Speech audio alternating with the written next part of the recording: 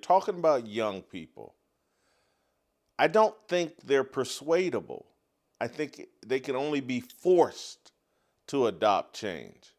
And so you think, and you and Adam Silver and NBC perhaps think, hey, we're going to put out enough information and I mean propaganda in a positive sense that's going to persuade these guys to do better. They can only be forced. We've paid them way too much money. Many of them come from a hip hop culture of entitlement and a mindset that they can't be persuaded because they don't even understand basic logic. And so my argument is this is ineffective, and what they really need is old school leadership. They need a Bobby Knight. They need a Michael Jordan perhaps to be commissioner and to say, we're not doing it this way anymore, and we've adopted rules. But because I remember when David Stern said, hey, we're doing a dress code. And everybody was, oh, he's racist, and how dare he ask these guys to dress like professionals? Doesn't he realize that black guys, have to dress like they're gangbangers or they're not authentically black? And then once he did it, everybody was like, oh man, this is much better. And he forced it on them. That's the only way to deal with young people.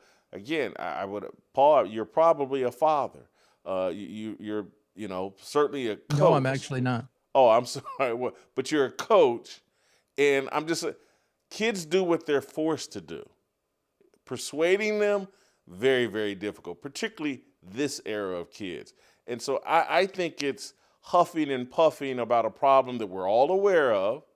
These guys are lazy. They're entitled.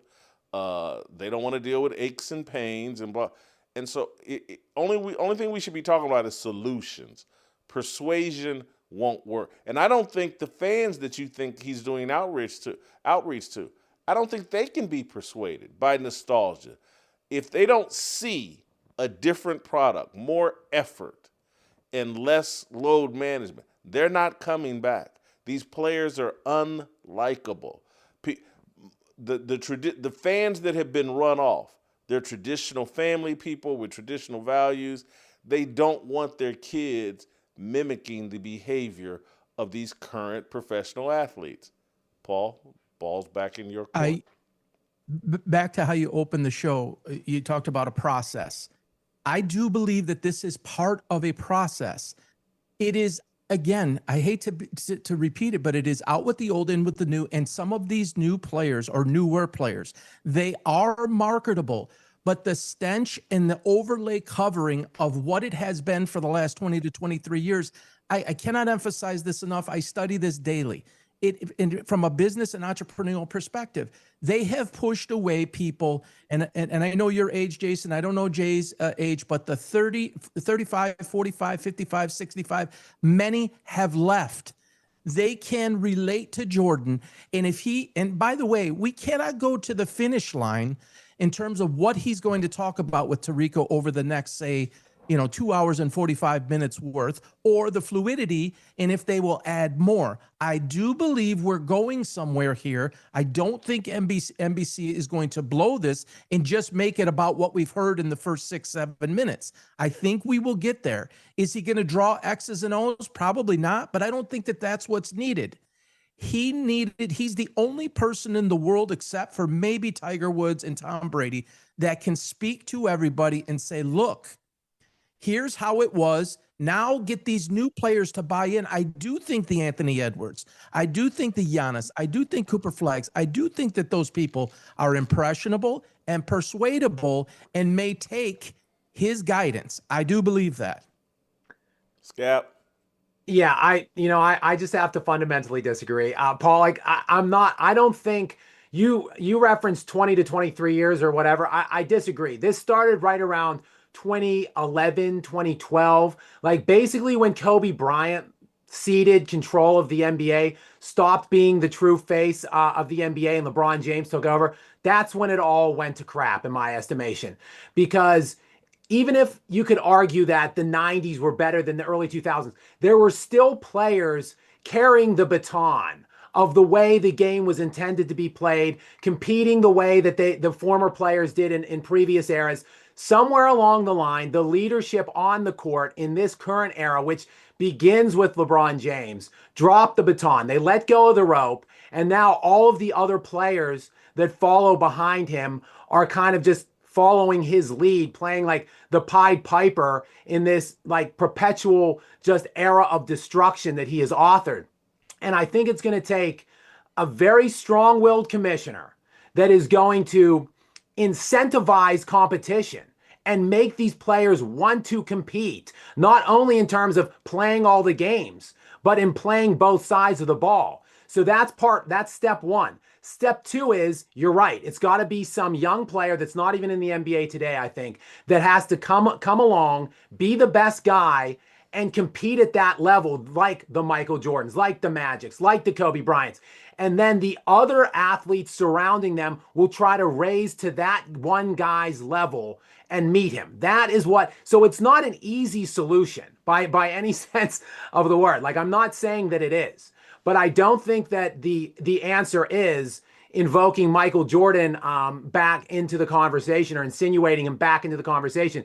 Because trust me, you want to know what my age is? I grew up during the Jordan era. So like, I am one of these guys that thinks today's product is trash and that I talk so glowingly and favorably about how it was in previous eras.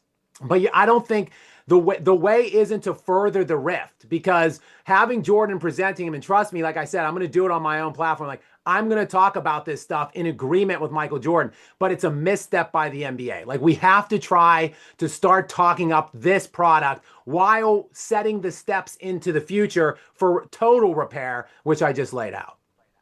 2011, I got to challenge that, Jay. I do agree with part of that, but it was 08 was the decision.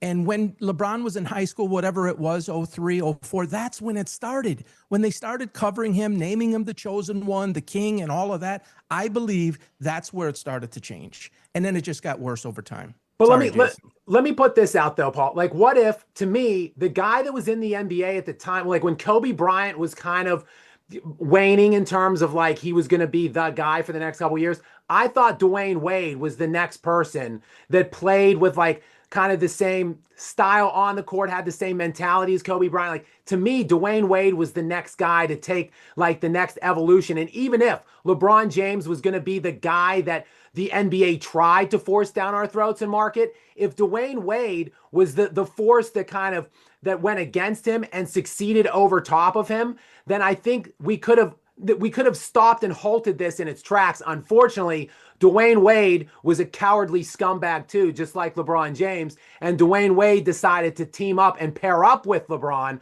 And to me, you're right, the decision was the thing that really started the full and total destruction of the NBA. But it didn't happen in 08. It happened in like I think it was the summer of 2010. The decision, because Kobe had already won his fourth and fifth ring by the time the Heatles paired up. I go back to the players make too much money. The players now in college make too much money. None of the money is attached to incentivizing good behavior. It's like, hey, you can make all this money in college football. Doesn't matter whether you go to class. Doesn't matter whether you're a headache in the locker room. Doesn't matter if you're working towards your degree.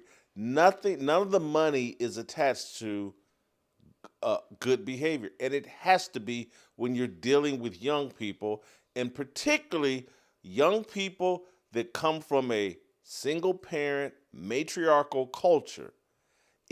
And many of these, particularly the black athletes, but it's starting to happen more and more with the white athletes, as long as they're coming from that culture, that victimhood mentality, you're not going to persuade them of anything.